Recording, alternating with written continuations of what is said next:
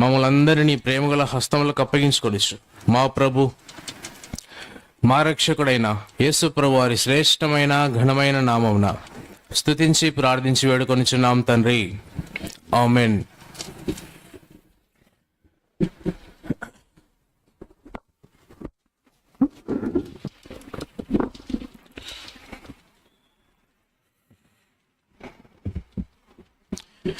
ఈ 4 దినాల ప్రత్యేక కూడికల నిమిత్తమై మనకి ఇవ్వబడినటువంటి ఈ యొక్క మూలాంశంను మనం ఇప్పుడు చదువుకుంటూ వచ్చాం.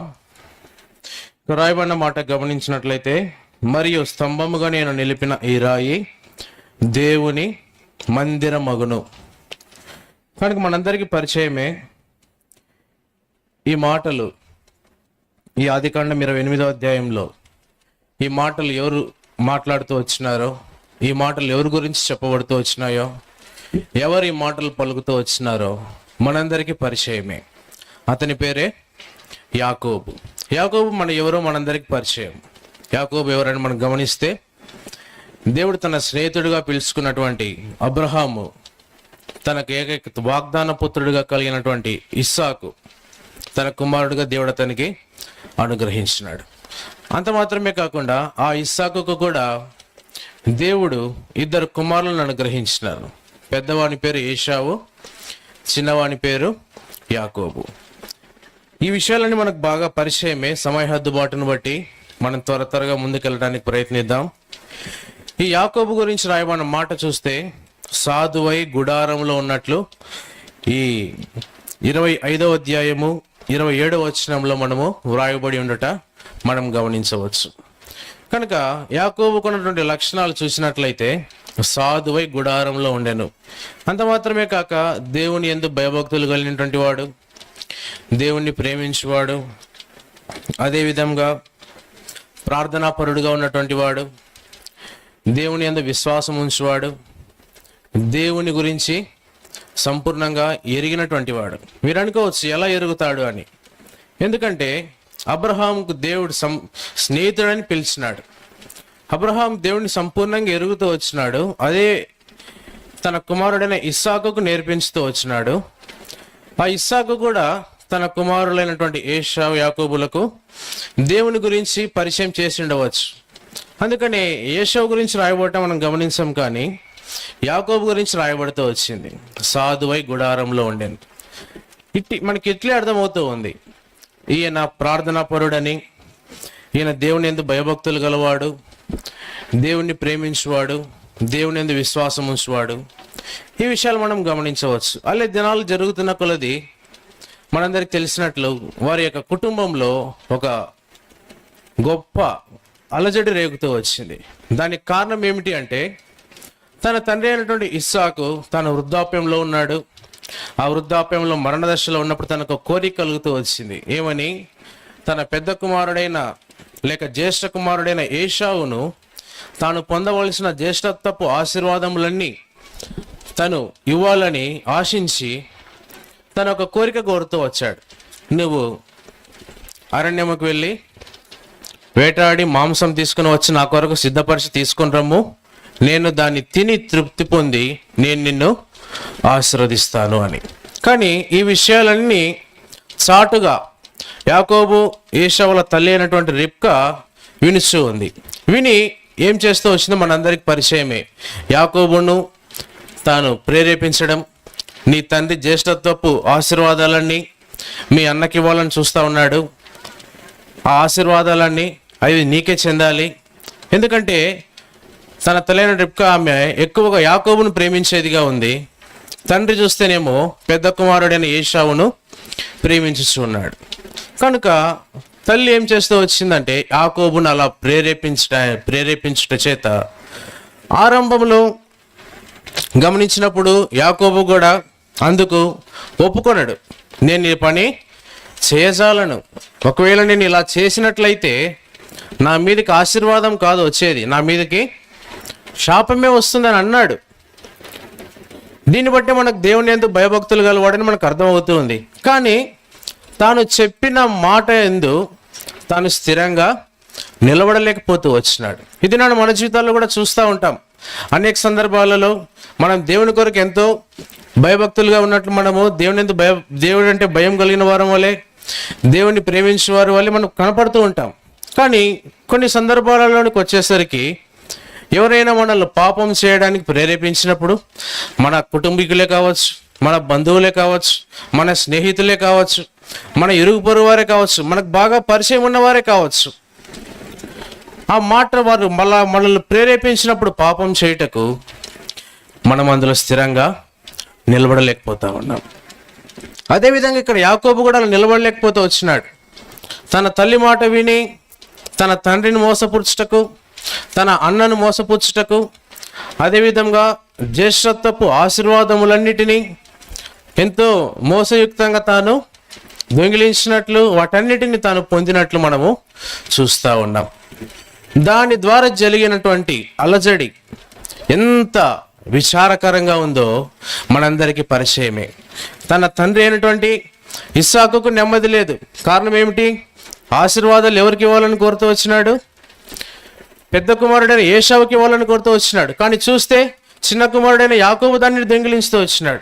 ఒకవైపు తల్లి చూస్తే, అయ్యో నా కుమారుడి ఇలా దొంగిలించిన తర్వాత ఏమవుతుందో, నా కుమారుడిని నా పెద్ద కుమారుడు చంపివేస్తాడేమో.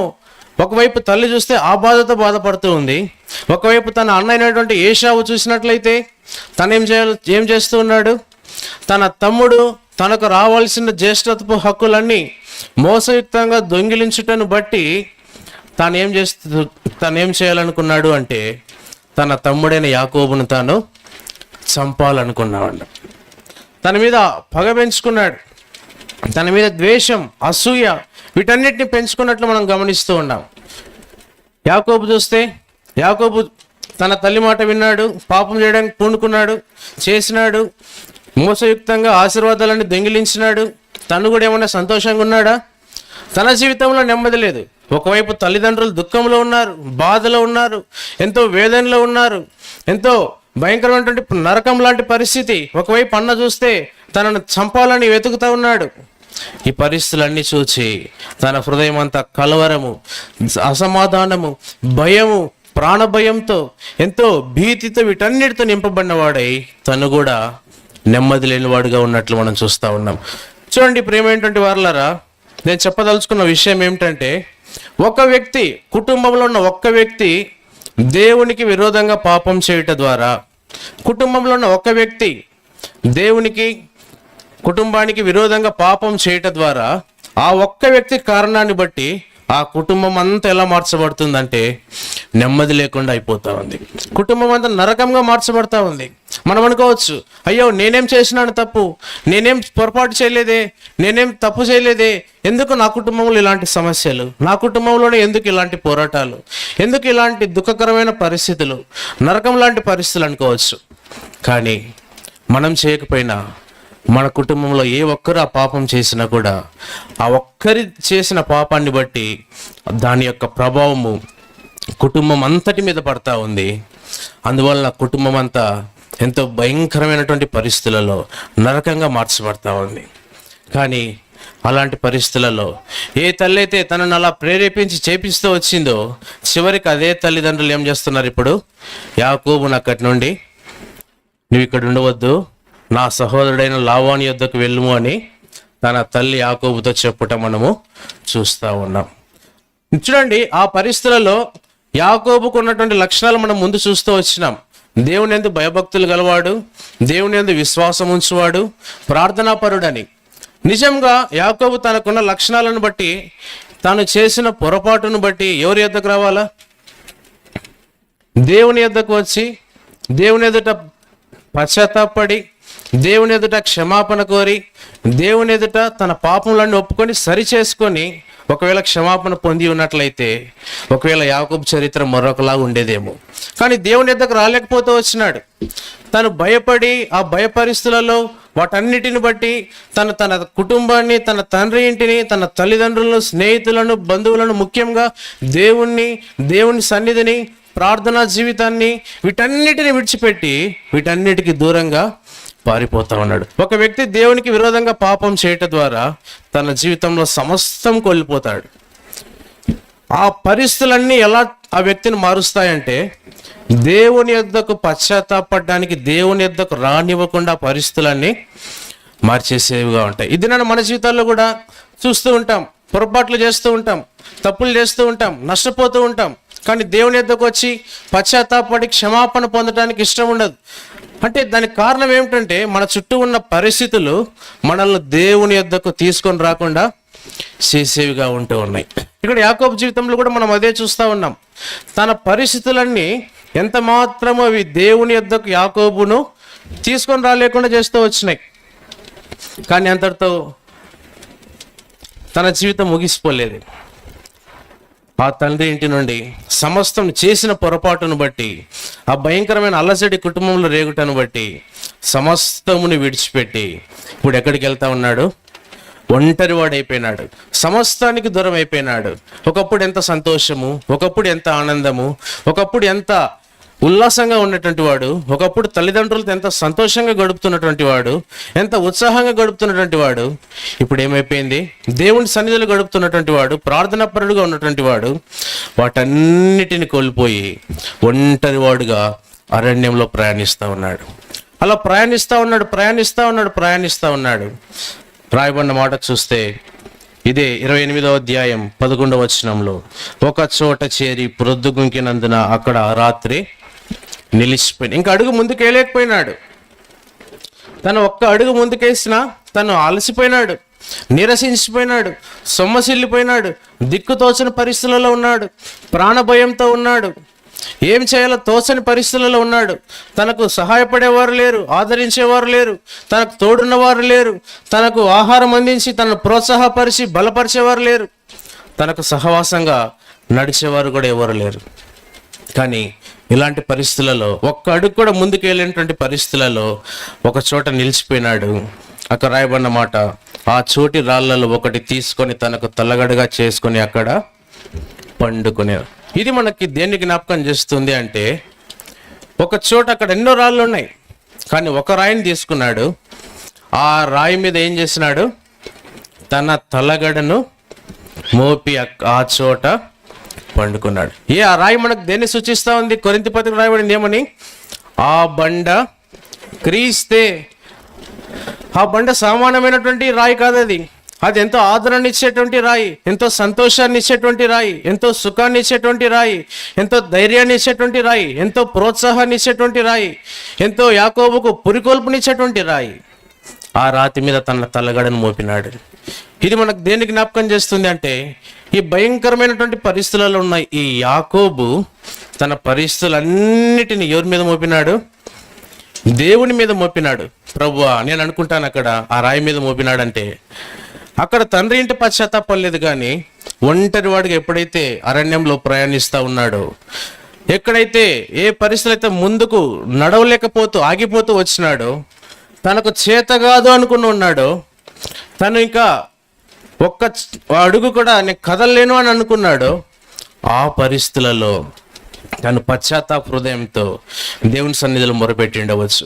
ప్రభువా, నేను ఎంత నీకు విరోధంగా పాపం చేశాను నాయనా, నా తండ్రిని మోసం చేశాను, నా అన్నను మోసం చేస్తూ వచ్చాను, నేను చేసిన పాపమును బట్టి నా కుటుంబం అంతటిలో కలవరాన్ని రేపుతూ వచ్చినాను, ఎంతో గొప్ప అలజడి రేగుతూ వచ్చింది, నా పొరపాటు ద్వారా కుటుంబంలో ఎవరికి నెమ్మది లేకుండా చేస్తూ వచ్చాను, దయతో నన్ను క్షమించు ప్రభువా, దయతో నన్ను క్షమించు ప్రభువా అని పశ్చాత్తాప హృదయంతో ఆ బండైనటువంటి క్రీస్తు మీద అలా ఆధారపడి ఉండొచ్చు. మీరు పశ్చాత్తాపడి నేను ఎందుకు అనుకుంటానంటే, యాకోబు మంచి ప్రార్థనాపరుడు. ఎందుకంటే గుడారంలో నివసించేవాడు, సాధువైనటువంటి వాడు. మనం ఆరంభంలోనే చూసుకుంటూ వచ్చినాం. విశ్వాస వీరుల పట్టికలో కూడా యాకోబు పేరు ఉండటం మనం చూస్తూ ఉన్నాం. అంటే తను ఆరంభంలో నుండే దేవుని యందు విశ్వాస వీరుడిగా ఉండేటువంటి వాడు. ఎందుకంటే తన తండ్రి అయితేనేమి, తన తాత అయితేనే, వారందరూ చూస్తే, అబ్రహాము చూస్తే విశ్వాసులకు తండ్రిగా మనం పిలుస్తూ ఉన్నాం. ఆ విశ్వాసాన్ని తను వారి నుండి నేర్చుకొని ఉంటాడు. దేవుని యందు విశ్వాసం ఉంచేవాడుగా ఉంటూ వచ్చినాడు. కానీ పరిస్థితులు ఏం చేస్తూ వచ్చినాయంటే, ఆ పొరపాటు చేయడానికి అలా చేస్తూ వచ్చినాయి, దేవునికి దూరం చేస్తూ వచ్చినాయి. అప్పుడు అక్కడ జరిగిన సన్నివేశం, ఎప్పుడైతే తన పశ్చాత్తాప హృదయంతో ఆ బండ అయినటువంటి క్రీస్తు అనే బండ మీద ఆధారపడుతూ వచ్చినాడో, ఎప్పుడైతే తన తలగడం దాని మీద మోపుతూ వచ్చినాడో, అప్పుడు అక్కడ జరిగిన సన్నివేశం ఏమిటంటే, ఆ పరిస్థితులలో ఎవరికైనా నిద్ర పడుతుందా? ఎవరికి నిద్ర పట్టదు. సాధారణంగా ఒకళ్ళు మనం తరుముతున్నారు అంటే, కుటుంబంలో నెమ్మది లేదు అంటే, కుటుంబంలో నరకం లాంటి పరిస్థితులు ఎదురవుతున్నాయంటే, ప్రాణభయంతో మనం పరుగులెడుతున్నాము అంటే, మనం కూర్చోలేము, నిల్చోలేము, ఏ పని చేయలేము, ఎవరితో మాట్లాడలేము, సరిగ్గా ఆహారం తినలేము, నిద్ర కూడా పట్టదు. కానీ ఇక్కడ యాకోబుకు మంచి నిద్ర పడతా ఉంది. దానికి కారణం తను దేవుని మీద ఆధారపడుటను బట్టి దేవుడు ఏం చేస్తూ వచ్చినాడంటే, తన ఇంటి నుండి తనకు కలిగిన పరిస్థితులన్నిటి నుండి, వాటన్నిటిలో నుండి యాకోబుని దేవుడు రక్షించినాడు. మొదటిగా అతనికి నెమ్మది ఇచ్చినాడు, మొదటిగా అతనికి సమాధానం ఇచ్చినాడు, అంతేకాక ఆదరణనిచ్చినాడు. వాటన్నిటి నుండి కాపాడి తనకు మంచి నిద్ర ఇచ్చినాడు. నిద్ర ఇచ్చడం మాత్రమే కాకుండా ఇంకా ఎంతో గొప్ప ఆత్మ సంబంధమైన మూడంతల ప్రత్యక్షతను అక్కడ తాను కళ రూపంలో, దర్శన రూపంలో తాను పొందటం మనము చూస్తూ ఉన్నాం. ఇది నన్ను మన జీవితంలో కూడా గమనించినట్లయితే, మనం కూడా చేసిన పొరపాటును బట్టి మన కుటుంబంలో నెమ్మది లేదేమో, మనం చేసిన పొరపాటును బట్టి నరకంగా ఉంటుందేమో, ఎవరికి నెమ్మది లేకుండా మన కుటుంబంలో, మన సంఘంలో, మన సమాజంలో ఇరుగు పొరుగు వారితో నెమ్మది లేకుండా ఉంటున్నామేమో. అయితే ఈ సమయంలో ప్రభు యొద్దకు వచ్చి పశ్చాత్తాప హృదయంతో ప్రభు సన్నిధిలో మనం మొరపెట్టి పశ్చాత్తాపడి క్షమాపణ కోరి ఆయన మీద మనం ఆధారపడినట్లయితే దేవుడు తప్పకుండా మన మొర వింటాడు. తప్పకుండా మన మొర విని మనకు నెమ్మదిస్తాడు, మనకు సంతోషం ఇస్తాడు, మనల్ని ఆదరిస్తాడు. ఆ దినాన యాకోబు జీవితంలో చేసినటువంటి దేవుడు ఈ దినాన మన జీవితంలో కూడా చేయటానికి ఆయన సిద్ధంగా ఉన్నాడు. కానీ మనం చేయవలసిన పని ఏమిటంటే, పొరపాటు చేసినప్పుడు పశ్చాత్తాప హృదయంతో దేవుని యొద్దకు వెళ్ళి ఆయన మీద సంపూర్ణంగా ఆధారపడాలి. అందుకనే రాయబడింది కదా, పరిశుద్ధ గ్రంథంలో ఏమని రాయబడింది? ఎవని మనస్సు నీ మీద ఆనుకొనునో వానిని పూర్ణ శాంతి గలవానిగా చేయదు. యాకోబు సంపూర్ణంగా దేవుని మీద ఆధారపడినాడు. అందుకని దేవుడు సంపూర్ణంగా అతనికి నెమ్మదిచ్చి గొప్ప ఆత్మ సంబంధమైన మూడంతల ప్రత్యక్షతను అక్కడ ఇచ్చినాడు. ఏంటి ప్రత్యక్షత? మొదటి ప్రత్యక్షత ఏమి ఇచ్చినాడు? ఆకాశం తెరవబట్టయు ఒక నిచ్చెన వేయబడింది, దాని మీద ఏం రేయబడిందట? దేవుని దూతలు ఎక్కుచు దిగుచు నుండి ఒక నిచ్చెన వేయబడింది. దేవదూతలు పైనుంచి కిందికి దిగుతున్నారు, కింది నుంచి పైకి ఎక్కుతా ఉన్నారు. ఇటువంటి గొప్ప పరలోక ప్రత్యక్షతను దేవుడు ఎవరికి అనుగ్రహించినాడు? యాకోబుకు అనుగ్రహించినాడు. ఇది దేన్ని జ్ఞాపకం చేస్తుంది? యాకోబు, నువ్వు పొరపాటు చేసినావు, నువ్వు పాపం చేసినావు, పశ్చాత్తాపడుతున్నావు, కానీ నీ పాపం నిమిత్తమే, వీటన్నిటి నిమిత్తం ఒక దినాన్ని నేను రాబోతున్నాను భూమి మీదకి. అదేవిధంగా నేను నిన్ను రక్షిస్తాను. ఒకవేళ ఈ లోకాన్ని నువ్వు విడిచిపెట్టినప్పటికీ నువ్వు పశ్చాత్తాపడి సరి చేసుకున్నట్లయితే తిరిగి నువ్వు నాతో పాటు ఎక్కడికి వస్తావు? పరలోకానికి వస్తావు. అందుకనే రాయబడింది కదా, యోహాను సువార్తలో ఏమని? నేనే మార్గమును, నేనే సత్యమును, నేనే జీవను. పరలోకానికి వెళ్ళాలంటే ఒకటే మార్గం, ఆ మార్గమే యేసుక్రీస్తు ప్రభువు. ఇది మన జీవితాలలో మనందరం కూడా యాకోబోలే ఒకవేళ పొరపాటు చేసి నెమ్మది లేని వారంగా దేవునికి విరోధంగా పాపం చేసి కలవరంతో, బాధతో, భయంతో, దిగులతో, దుఃఖంతో, నిట్టూర్పులతో ఎటు తోచనటువంటి పరిస్థితులలో మనం ఉంటున్నామేమో. అయితే మన కొరకు యేసు ప్రభువారు మధ్యాకాశం నుండి, ఆయన పరిశుద్ధుడైనటువంటి దేవుడు, మహామహిమ కలిగినటువంటి దేవుడు, అత్యున్నత సింహాసనం ముందు ఆసీనుడైనటువంటి దేవుడు, ఆయన పరలోకాన్ని విడిచి భూమి మీదకి దిగి వచ్చి మన కొరకై ఆకాశమునకు భూమికి మధ్యన సిలువలో ఒక నిచ్చెనలాగా ఆయన మన కొరకు వెళ్లాడబడుతూ వచ్చినాడు. ఆ దినాన యాకోబు చూపించిన దర్శనంలో అయితే నిచ్చెన మీద నుండి దేవదూతలు ఎక్కువ దిగుతూ వచ్చినారు. నిచ్చెన దేనికి? పైకి వెళ్ళాలంటే మనకు అది ఒక మార్గం. ఇది మన జీవితాల్లో కూడా ఆయన పిల్లలంగా చేయబడినటువంటి మనం కూడా పరలోక రాజ్యానికి ప్రవేశించాలంటే మనకు కూడా ఏదైనా ఒకటి అవసరం. పైకి వెళ్ళాలంటే నిచ్చెన ఒక అవసరం, ఒక మిద్దె ఎక్కాలంటే మెట్ల అవసరం, లేకుంటే ఏదైనా ఒక ఎత్తైన ప్రదేశానికి వెళ్ళాలి అంటే నిచ్చెన అవసరం. అలాగనే మనం పరలోకం చేరాలి అంటే మనకు కూడా ఒక మార్గం అవసరం. ఆ మార్గమే యేసుక్రీస్తు ప్రభువారు. మన కొరకై ఈ లోకానికి వచ్చి మన శిక్ష అంతటిని భరించి సిలువలో మన కొరకై రక్తం కార్చి, మన కొరకై ప్రాణం పెట్టి, మన కొరకై మరణించి సమాధి చేయబడి ఆయన మూడో దినాన మృత్యుంజయుడిగా తిరిగి లేపబడుతూ వచ్చినాడు. ఆయన మనకు ఒక మార్గంగా ఉంటున్నాడు. ఆయన తిరిగి లేపబడటం మాత్రమే కాకుండా పరలోకానికి ఆరోహణుడై వెళ్ళి నిత్యం మన కొరకు ఆయన విజ్ఞాపన చేయించి ఉన్నాడు. ఇంత గొప్ప దేవుడు ఈ దినాన మనకున్నాడు. ఆయన మనకు ఒక మార్గంగా మనకున్నాడు. ఆ దినాన యాకోబు కన్నా దర్శనం చూపించినాడు. ఈ దినాన మన కొరకు యేసు ప్రభు వారు ఆయన స్వయంగా ఈ లోకానికి దిగి వచ్చి మనకు నేరుగా మనము కళ్ళారా చూసి మనం అనుభవించుటకు, ఈ దినాన మనము ఆయన రుచి చూచుటకు ఇంత గొప్ప ధన్యత దేవుడు మనకు అనుగ్రహిస్తూ వచ్చినాడు. రెండవదిగా యాకోబుకు దేవుడు ఏమి ఇచ్చినాడు? ఇటువంటి గొప్ప పరలోక ప్రత్యక్షత మాత్రమే కాకుండా శ్రేష్టమైనటువంటి వాగ్దానాలు దేవుడు యాకోబుకి ఇచ్చినాడు.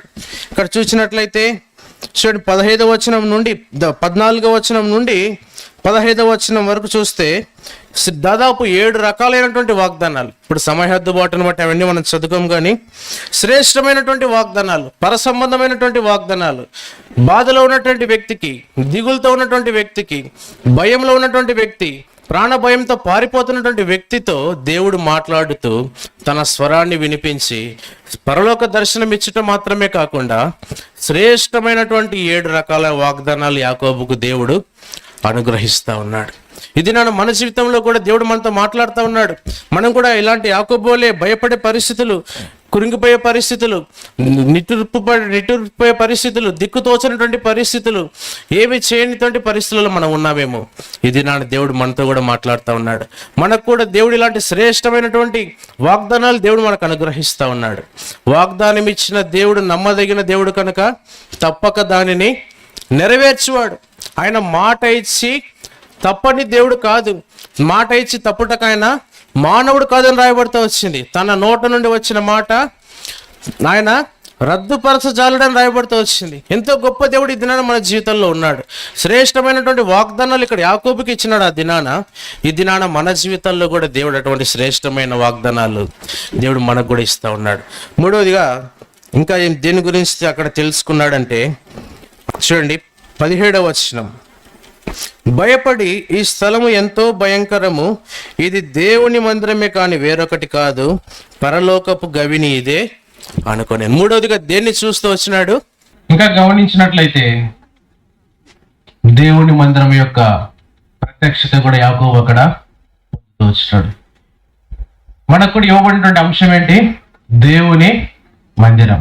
ఇక్కడ చూడండి, ఇన్ని గొప్ప పరలోక ప్రత్యక్షత పొందినాడు, శ్రేష్టమైన వాగ్దానాలు పొందినాడు, మందిరం గురించి చూడగలుగుతూ వచ్చిన మందిర ప్రత్యక్షత కూడా. కానీ చివరిగా యాకోబు దేని గురించి మాట్లాడుతూ ఉన్నాడు? ఇది దేవుని మందిరమే కానీ వేరొకటి కాదు. అక్కడ చూడండి, ఆ పరిస్థితులలో దేవుడు అతనికి దేవుని మందిరం యొక్క ప్రాముఖ్యతని అక్కడ యాకోబు గుర్తించినట్లు మనం అక్కడ చూస్తూ ఉంటాం. తనకు పరలోక ప్రత్యక్షత కంటే, తను పొందిన వాగ్దానాలన్నిటికంటే వాటి గురించి అక్కడ మాట్లాడట్లేదు. కానీ అక్కడ దేని గురించి మాట్లాడుతూ ఉన్నాడు? దేవుని మందిరము ఇది వేరొకటి కాదు, పరలోకపు గవిని ఇదే. చూడండి, ఒక పొరపాటు చేసి పారిపోతూ పశ్చాత్తాప హృదయంతో దేవుని మీద ఆధారపడినప్పుడు ఆ వ్యక్తి విషయంలో దేవుడు చూపించేటువంటి ప్రేమ ఎంత గొప్పదిగా, ఎంత ఉన్నతమైనదిగా, ఎంత అమోఘంగా ఉంటూ వచ్చిందో. ఇది మన జీవితాల్లో కూడా ఒకవేళ పొరపాట్లు చేస్తుండవచ్చు మానవులంగా, కానీ పశ్చాత్తాప హృదయంతో మనం దేవుడి మీద సంపూర్ణంగా ఆధారపడినట్లయితే దేవుడు మనల్ని కూడా క్షమించి మనకు కూడా యాకోబుకు దేవుడి మందిరం గురించిన ప్రత్యక్షత ఎలాగ అనుగ్రహిస్తూ వచ్చినాడో, దేవుడి దినాన మనకు కూడా దేవుడి మందిరం గురించి ప్రత్యక్షత అనుగ్రహిస్తూ వచ్చినాడు. ఆ దినాన్న యాకోబు దినాలలో మందిర ప్రత్యక్షత అనుగ్రహించినాడు. భౌతికంగా మందిరాలు లేవు, కానీ ఈ దినాన చూస్తే దేవుడు మనకు అనుగ్రహించిన గొప్ప ఆధిక్యత ఏమిటి? మనకు సమీపంలోనే, మనం ఎక్కడ ఉంటున్నామో అక్కడ భౌతికంగా మనకు ఒక మందిరాన్ని దేవుడు మనకు అనుగ్రహిస్తూ వచ్చినాడు. ఇంకా చాలా ప్రదేశాల్లో చూస్తే, ఇంకా సిటీలు అట్లా వెళ్తే వీధికి ఒక మందిరం, పల్లెటూర్లలోకి వస్తే పల్లెటూర్లలో కూడా చాలా మందిరాలు, ఇంకా పట్టణాల్లో లేకుండా గ్రామాలలో చూస్తే చాలా మందిరాలు కట్టబడ్డాం. ఇవన్నీ దేవుడు ఎంతో సమీపంగా దేవుడు మనకు దేవుని మందిరాన్ని దినాన్ని మనకు అనుగ్రహిస్తూ వచ్చినాడు. కానీ యాకోబు అక్కడ దేవుని మందిరం యొక్క ప్రాముఖ్యతను గుర్తించినాడు. అందుకని అంటున్నాడు 22వ వచనంలో, ఆ మందిర గుర్తించి, మరియు స్తంభంగా నేను నిలిపిన ఈ రాయి దేవుని మందిరమగును, మరియు నీవు నాకిచ్చు యావత్తులో 10వ వంతు నిశ్చయముగా నీకు చెల్లించదనని మొక్కుకొని. చూడండి, దేవుడి మందిరాన్ని గురించి దేవుడు ఎప్పుడైతే యాకోబుకు బయలుపరుస్తూ వచ్చినాడో, యాకోబు నోట నుండి వచ్చిన చిన్న మాటలు చూడండి, నీవు నాకిచ్చు యావత్తులో 10వ వంతు నీకు చెల్లించదని. దేవుని మందిరం గురించి ఎప్పుడైతే తెలుసుకుంటూ వచ్చినాడో, సంతోషం పట్టలేకపోతూ వచ్చినాడు, ఆనందభరితుడైనాడు. అంటే పైన దర్శనాన్ని బట్టి భయపడినాడు, కానీ తన హృదయంలో సంతోషం కలిగి ఉండవచ్చు. అందుకని ఈ మాటలు చెప్తా ఉన్నాడు. దేవుడు నాకు ఇచ్చే ప్రతి దాంట్లో నేనేమిస్తాను, 10వ వంతు తిరిగి దేవునికి చెల్లిస్తాను. కానీ దినాలు గడుస్తూ ఉన్నాయి. దేవుడు ఎంతో గొప్ప అద్భుతమైన 3 ప్రత్యక్షత ఇచ్చినాడు. యాకోబు కూడా దేవుని మందిర ప్రాముఖ్యత ఎంతో గుర్తించినాడు. ఇవన్నీ గుర్తించుతూ వచ్చినాడు. కానీ దినాలు గడిచే కొలది ఏమవుతూ వచ్చిందంటే, యాకోబు దేవుడిచ్చిన ప్రత్యక్షతలో నిలబడలేకపోతూ వచ్చినాడు. అంత గొప్ప ప్రత్యక్షత ఇస్తే, అంత ప్రేమ దేవుడిని పట్ల చూపిస్తే, అటువంటి దేవునికి, తండ్రికి, కుటుంబానికి విరోధంగా పాపం చేసినప్పుడు కూడా దేవుడు నిన్ను క్షమించి, నువ్వు ఆయన మీద ఆధారపడ్డ ద్వారా నిన్ను క్షమించి, నీకు ప్రత్యక్షత ఇచ్చి, ఇలాంటి గొప్ప ఆధిక్యతను దేవుడు నీకు ఇస్తే, యాకోబు ఏం చేసినాడు? తన మామ యొద్దకు వెళ్ళి, తన మామ యొద్ద ఎన్ని సంవత్సరాలు ఉన్నాడు? అక్కడ దాదాపు 20 సంవత్సరాలు ఉన్నాడు. దేవుడిచ్చిన ప్రత్యక్షత అంతటిని మరిచిపోయినాడు. కారణం ఏంటి? మామగారి ఇంటికి వెళ్ళి అక్కడ రాహేలును చూచి ఆమెను ప్రేమించి ఆమె కొరకు మొదటగా ఎన్ని సంవత్సరాలు కొలువు చేసినాడు? 7 సంవత్సరాలు కొలువు చేసినాడు. తర్వాత మామ ఏం చేసినాడు? మోసపూరితంగా రాహేలుని ఇవ్వకుండా లేయనిచ్చి వివాహం చేసినాడు. మరలా రాహేలు కోసం మళ్ళీ ఎన్ని సంవత్సరాలు కొలువు చేసినాడు? 7 సంవత్సరాలు కొలువు చేసినాడు. చూడండి, ఒక స్త్రీ కోసం ఎన్ని సంవత్సరాలు కొలువు చేసినాడు యాకోబు? 14 సంవత్సరాలు కొలువు చేసినాడు.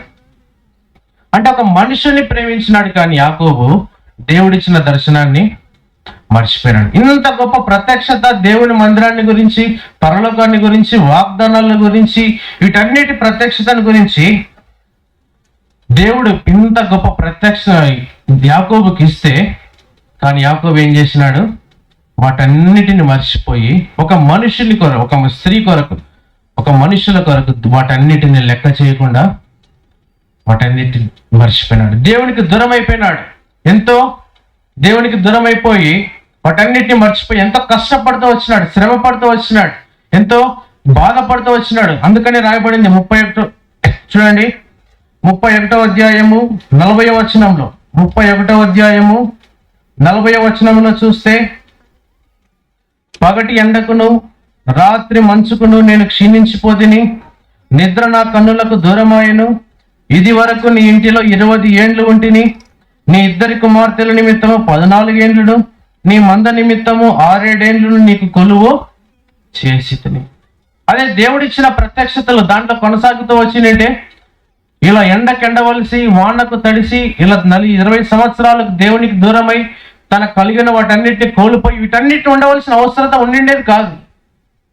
కానీ ఇది నాడు మన జీవితాల్లో కూడా చూస్తే, ఒక మనుషుల కొరకు దేవుణ్ణి కూడా మనం దేవునికి దూరం అవుతున్నాం, కానీ మనుషుని ప్రేమించి మనుషులు వెంట పడతా ఉన్నాం.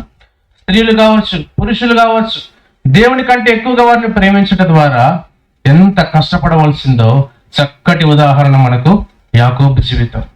దేవుడిచ్చిన ప్రత్యక్షతను మర్చిపోయినాడు. మనుషులకు, ఒక స్త్రీ కొరకు వెంటబడినాడు, ఆమెను ప్రేమించినాడు. దాని కొరకు 20 సంవత్సరాలు కష్టపడవలసి వచ్చింది. ఇది నాడు మన జీవితంలో మనం ఎలా ఉన్నాం? దేవుని కంటే మనుషులను ఎక్కువగా ప్రేమిస్తున్నామా? దేవుడు మనకు మందిర ప్రత్యక్షత అనుగ్రహించి మందిర ప్రాముఖ్యతను మనకు తెలిపి అనేక దైవదాసుల ద్వారా, అనేక వర్తమానికుల ద్వారా దేవుడు మన వ్యక్తిగతంగా, కుటుంబంగా, సంఘముగా అనేక విధాలుగా దేవుడు మనతో మాట్లాడుచున్నప్పటికీ కూడా మనం ఆ ప్రత్యక్షతను లెక్క చేయకుండా ఉన్నామా? దేవుని కంటే ఎక్కువగా దేన్ని ప్రేమిస్తున్నాం?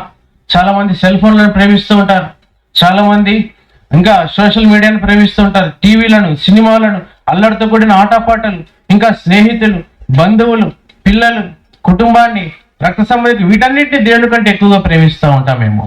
అందువల్లనే ఎంతో సమయాన్ని వృధా చేసుకుంటూ ఉన్నాం, ఎంతో నష్టపోతా ఉన్నాం, ఎంతో మనకు కలిగిన దాన్నింటినీ కోల్పోతా ఉన్నాం. కానీ ఇక్కడ యాకోబు జీవితంలో కూడా వాటన్నిటిని కోల్పోయినాడు. మీరు అనుకోవచ్చు, కానీ చూడండి, ఇదే 31వ అధ్యాయము 3వ వచనంలో దేవుడు మాట్లాడుతూ ఉన్నాడు. త్వరగా ముగించుకుందాం 5 నిమిషాల్లో. 31వ అధ్యాయము 3వ వచనం.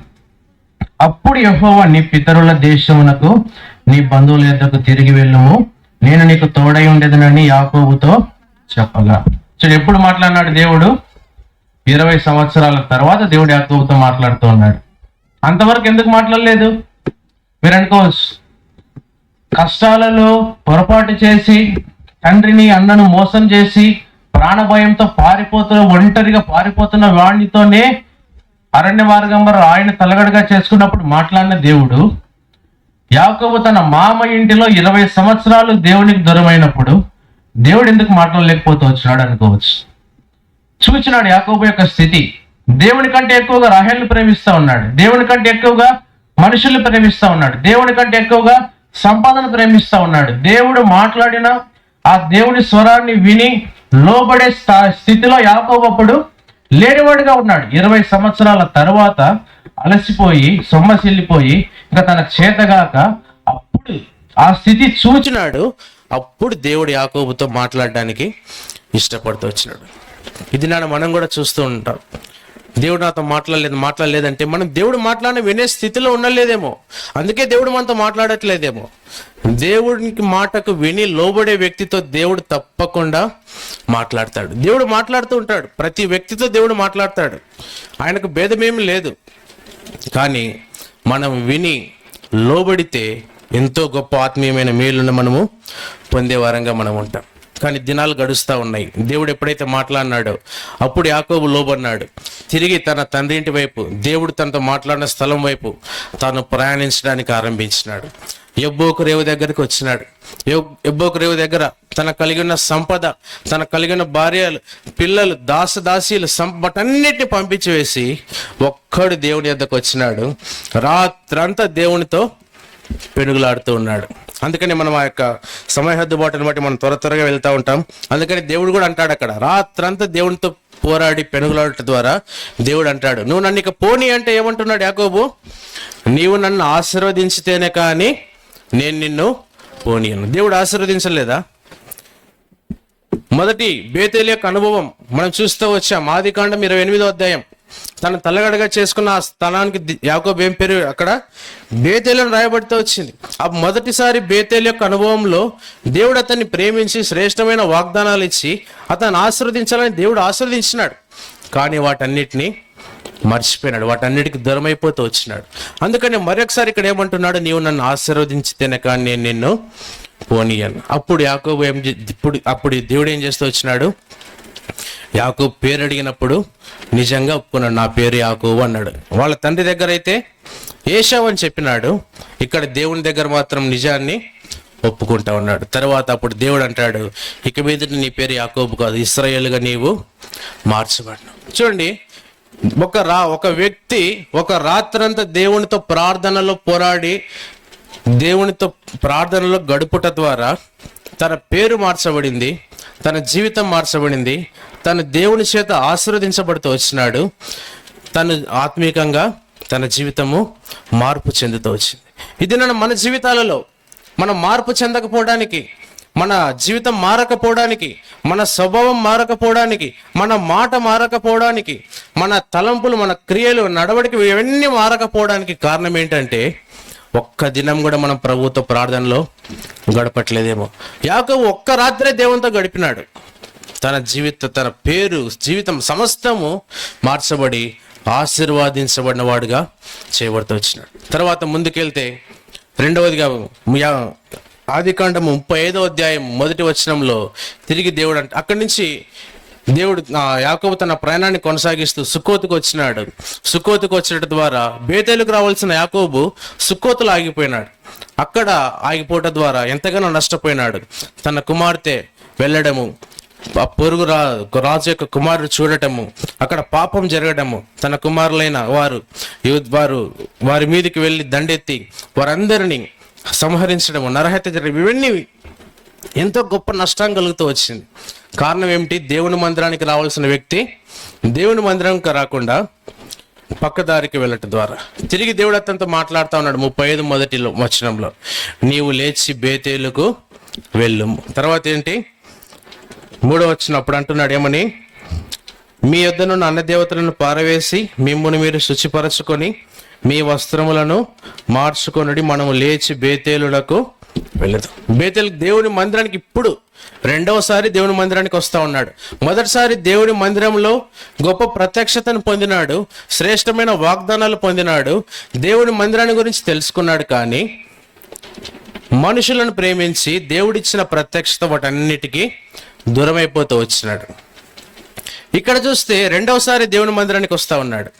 ఇప్పుడు నిజముగా దేవుని మందిరానికి వస్తా ఉన్నాడు. ఎట్లా అంట, నీ యొద్దనున్న అన్న దేవతలన్నిటినీ పారవేసి. అన్న దేవతలు అంటే విగ్రహాలు. విగ్రహం అంటే ఏంటి? దేవుని కంటే ఎక్కువగా దేన్నైతే ప్రేమిస్తామో, దేవుని కంటే ఎక్కువగా దేనికైతే ప్రథమ స్థానం ఇస్తామో, దేవుని కంటే ఎక్కువగా దేన్ని మొదటి స్థానం ఇచ్చి, అది ఏదైనా కావచ్చు, అది మన జీవితంలో విగ్రహమే. వాటన్నిటిని ఏం చేసుకోవాలంటే ఇప్పుడు తీసి పారవేయడం. అంటే దేవుని మందిరానికి వచ్చేటప్పుడు జీవం గలటువంటి దేవుని సంఘం, అది ఆయన స్వరక్తం ఇచ్చి కొని సంపాదించినటువంటి సంఘము. ఆ మందిరానికి వచ్చేటప్పుడు మనం రావాల్సిన విధానం ఏంటి? మొదటిగా మనలో ఉన్న విగ్రహాలన్నీ తీసేసుకొని రావాలా. అంటే ప్రథమ స్థానము దేవుడై ఉండాలా. వేరే దాన్ని దేవుని స్థానంలో వేరే దానికి అవకాశమే ఇవ్వడానికి వీలే లేదు.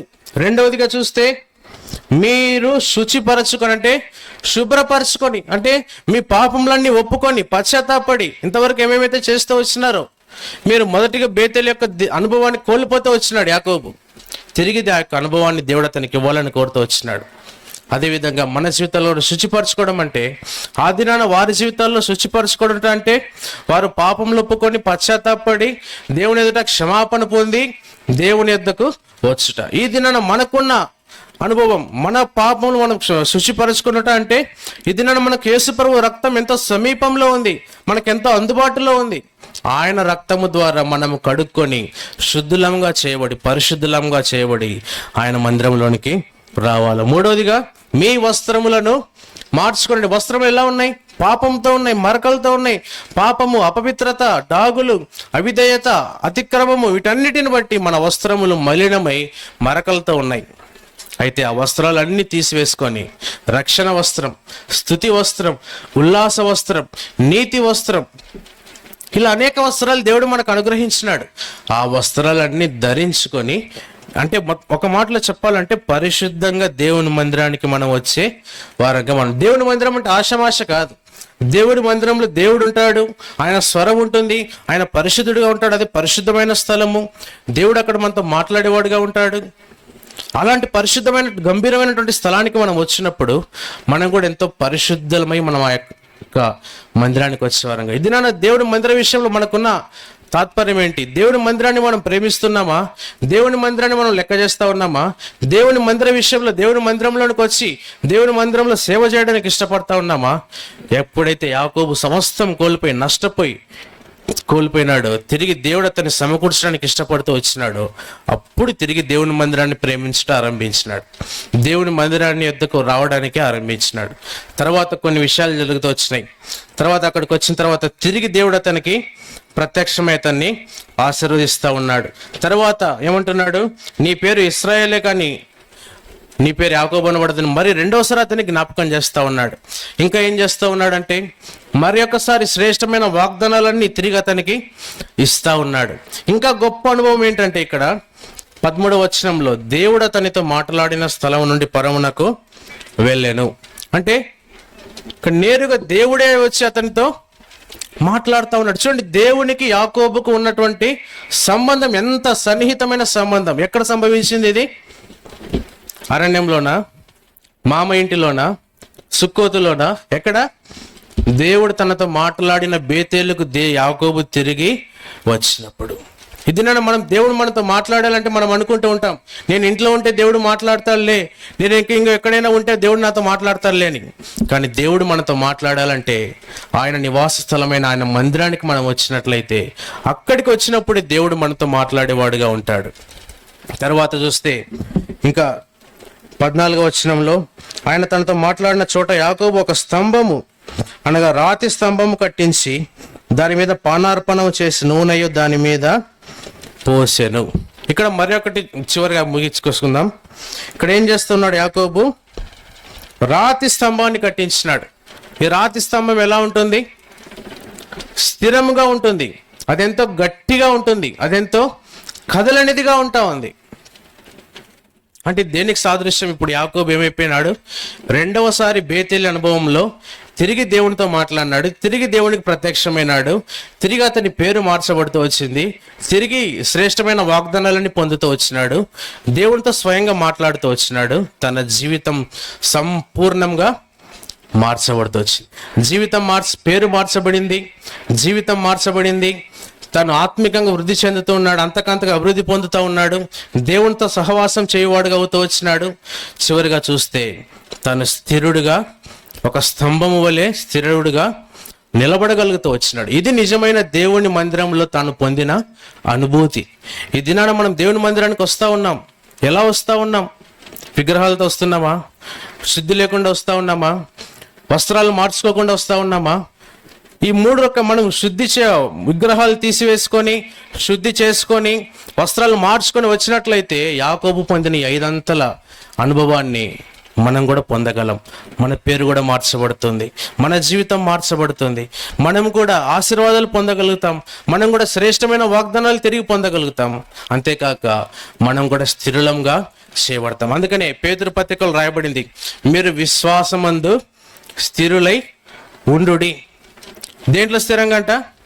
విశ్వాసమందు స్థిరులై ఉన్నాడు. ఇప్పుడు యాకోబు ఏం అయిపోయినాడు? విశ్వాసమందు స్థిరపరచబడుతూ వచ్చినాడు. అందుకనే హెబ్రీ పత్రిక 11:21 రాయబడింది, విశ్వాసమును బట్టి యాకోబు అని. అంటే విశ్వాస వీరుల పట్టికలో అతని పేరు రాయబడింది అంటే దానికి కారణం ఏంటి? యాకోబు విశ్వాసంలో స్థిరపరచబడుతూ వచ్చినాడు. అంతేకాక తిమోతి రాసిన పత్రిక 3:15 రాయబడింది, జీవం గల దేవుని సంఘములో జనులలో ప్రవర్తింపవలెనని పౌలు తిమోతికి రాస్తే ఏమంటున్నాడు? ఆ సంఘము సత్యమునకు స్తంభమును ఆధారమునై ఉన్నది. దేవుని మందిరం ఎలా ఉందంట? సత్యానికి అది స్తంభము, ఆధారము. అంటే ఆ సంఘములు అబద్ధం ఆడటానికే వీల్లేదు, సత్యమే ఉంటుంది. దేవుని మందిరానికి వచ్చిన వారం మనము, మన జీవితం కూడా ఎలా మార్చబడాలా? సత్యమే పలికే వారంగా మనం ఉండాలా. దేవుని మందిరానికి వచ్చి మనం ఇంకా అబద్ధాలు ఆడుతూ ఇంకా సత్యం పలకకుండా ఉన్నట్లయితే మనం ఎక్కడికి వెళ్తాం? నరకానికి వెళ్ళే వారంగా ఉంటాం. కానీ దేవుని మందిరం ఎలాంటిది? అది సత్యమునకు స్తంభం లాంటిది. దేవుని మందిరంలో అబద్ధమునకు అవకాశమే లేదు, అసత్యమునకు అవకాశమే లేదు, దేవునికి విరోధంగా మాట్లాడడానికి ఎటువంటి ఆస్కారమే లేదు. అందుకనే స్తంభము అంటా ఉన్నాడు. ఇప్పుడు యాకోబు జీవితంలో దాన్ని అదే చూస్తూ ఉన్నాం. స్తంభంగా దాన్ని నిలిపినాడంటే స్తంభంగా తన జీవితం కూడా స్థిరపరచబడుతూ వచ్చింది. ఈ దినాన మన జీవితం కూడా దేవుని మందిరానికి వచ్చిన మనము, దేవుని మందిర అనుభవం ఏంటంటే, మొదటిసారి బేతేలుకు వచ్చినాడు దేవుని మందిరానికి యాకోబు. దేవుడు శ్రేష్టమైన ప్రత్యక్షత ఇచ్చినాడు, కానీ మనుషులను ప్రేమించి దాని అంతటిని కోల్పోయినాడు. తిరిగి దేవుడు తను సమకూర్చినాడు. రెండవసారి దేవుని మందిరానికి వచ్చినాడు, విగ్రహాలు పడేసి శుద్ధి చేసుకొని వస్త్రములు మార్చుకొని వచ్చినాడు. శ్రేష్టమైన 5 అంతల ఆశీర్వాదాలు తన జీవితం, పేరు మార్చబడింది, జీవితం మార్చబడింది, ఆశీర్వాదాలు పొందినాడు, వాగ్దానాలు పొందినాడు, స్థిరుడిగా నిలబడుతూ వచ్చినాడు. అందుకని పేతురుతో కూడా యేసుప్రభువు వారు అంటాడు, నీ కొరకు నేను విజ్ఞాపన చేయించినాను, తరువాత నీవు కూడా సహోదరులను స్థిరపరచు. ఇప్పుడు దేవుడు మనల్ని స్థిరపరిచినాడు. సంఘంలో స్థిరపరిచిన తరువాత మనం కూడా ఏం చేయాలా? ఇతరులను ఏం చేయాలి? మనం కూడా స్థిరపరచాలి. దేవుడు మనకు అప్పగించిన దేవుని మందిరంలో దేవుడు మనకు అప్పగించిన ఈ గొప్ప పరిచర్య ఏమిటంటే, మనం మాత్రమే స్థిరపడ్డ కాదు, మనం స్థిరపడి ఇతరులను కూడా స్థిరపరచాలి. దేవుడు పేతురుకు బాధ్యత అప్పగించినాడు. ఇది నేను ఎంతమంది దాన్ని నెరవేరుస్తూ ఉన్నా. ఇంకా బేర్షెబా కూడా దేవుడు యాకోబు వెళ్తాడు. తన జీవితంలో ఒకే ఒక్క కొరత ఉన్నింది. ఏంటది? తన కుమారుడు చనిపోయినాడు అనుకున్నాడు. ఏ కుమారుడు చనిపోయినాడు అనుకున్నాడో దేవుడు ఏం చేసినాడంటే, ఆ కుమారుడు బ్రతికినాడన్న వార్త యాకోబుకు దేవుడు వినిపించినాడు. ఆ వార్త విన్న తర్వాత సంతోషభరితుడైనాడు. తన ప్రాణం తెప్పరిల్లితో వచ్చింది. నేరుగా ఎక్కడికి వచ్చినాడు? 46వ అధ్యాయంలో చూస్తాం. ఎక్కడికి వచ్చినాడు? బెయేర్షెబాకు వచ్చి తన తండ్రి అయిన ఇస్సాకు దేవునికి బలులు అర్పించు. ఉదాహరణకు మీరే ఉన్నారు, మీ కుమారుడు లేకపోతే చాలా కాలం తర్వాత మీ కుమారుడు వచ్చినాడు అంటే, తనను దిగినాడు, ఈ ఊర్లో దిగినాడు అంటే నేరుగా మీ కుమారుని దగ్గరికి వెళ్తారా? మీరు మొదట దేవుని మందిరానికి వస్తారా? ఎక్కడికి వెళ్తారు చెప్పండి? మన పిల్లలు కానీ, మన బంధువులు కానీ, మనకు పరిచయం కానీ, మనల్ని కలవడానికి ఎవరైనా వచ్చినారంటే నేరుగా వారి దగ్గర, చాలా కాలం తర్వాత వచ్చినారు అంటే నేరుగా వారి దగ్గరికి వెళ్తామా, మందిరానికి వెళ్తామా? వారి దగ్గరికి వెళ్తాం. కానీ ఇక్కడ యాకోబు అలా చేయలేదు. తన అంటే దేవుడు తన జీవితంలో ఎన్నో అద్భుతాలు చేసినాడు. తన తండ్రి ఇంటి మొదలుకొని తన అరణ్యంలో ఉన్నప్పుడైతేనేమి, తన మామ ఇంటిలో ఉన్నప్పుడైతేనేమి ఎదురైన కష్టాలు, శ్రమలు, బాధలు, వీటన్నిటిలో దేవుడు కాపాడి వాటన్నిటిలోని విడిపించి తన జీవితాన్ని, పేరును, సమస్తమును మార్చి ఒక ఉన్నతమైన స్థానంలో యాకోబు ఉంచినాడు. కానీ ఒకే ఒక కొరత ఉన్నింది యాకోబు జీవితంలో. కుమారుడు చనిపోయినాడని బాధపడతా ఉన్నాడు. చూడండి, ఇన్ని అక్కరలు తీర్చిన దేవుడు అది ఒక్కటి తీర్చకుంటే ఏమి? కానీ యాకోబు అవసాన కాలంలో ఉన్నాడు. వృద్ధాప్యంలో ఉన్నప్పుడు కూడా దేవుడు యాకోబును విడిచిపెట్టలేదు. యాకోబు కూడా దేవుణ్ణి విడిచిపెట్టలేదు. తనకు కలిగిన సంతోషములో కూడా దేవుని మందిరానికి వెళ్ళి దేవునికి కృతజ్ఞతాస్తుతులు చెల్లిస్తూ ఉన్నాడు. బేర్షెబాడి దేవుని మందిరానికి సాదృశ్యం. దేవుని చాలా చోట్ల చూస్తాం సహవాసము, ప్రార్థన, నిబంధన, ఇవన్నీ బేర్షెబాకు సాదృశ్యంగా చూస్తాం. కానీ మన దినాన కాబట్టి ప్రియమైనటువంటి వాళ్ళు మన జీవితంలో జ్ఞాపకం చేసుకోవాల్సింది ఏంటంటే, దేవుని మందిరంలో మొదటిగా మన పేరు మార్చబడుతుంది, జీవితము మార్చబడుతుంది. మనం ఆత్మీకంగా ఆశీర్వాదాలు పొందే వారంగా ఉంటాం. ఆత్మీకంగా అంతకంతకు వృద్ధి చెందుతాం. ఉన్నతమైన స్థానంలో ఉంటాం. ఎప్పుడైతే విగ్రహాలను తీసివేసుకొని శుద్ధి చేసుకొని వస్త్రాలు మార్చుకుంటామో. అంతేకాక దేవుడు మనకేదైనా చేసిన మేలులు, మనకిచ్చిన సంతోషాలను బట్టి మొదటగా దేవుని మందిరానికి వెళ్ళి దేవునికి కృతజ్ఞత చెల్లించేవారుగా మనము ఉండాలి. కనుక దేవుని మందిరంలో దేవుడు మనం ఇలాగుండునట్లు ప్రభు మనకు సహాయం చేయునుగాక.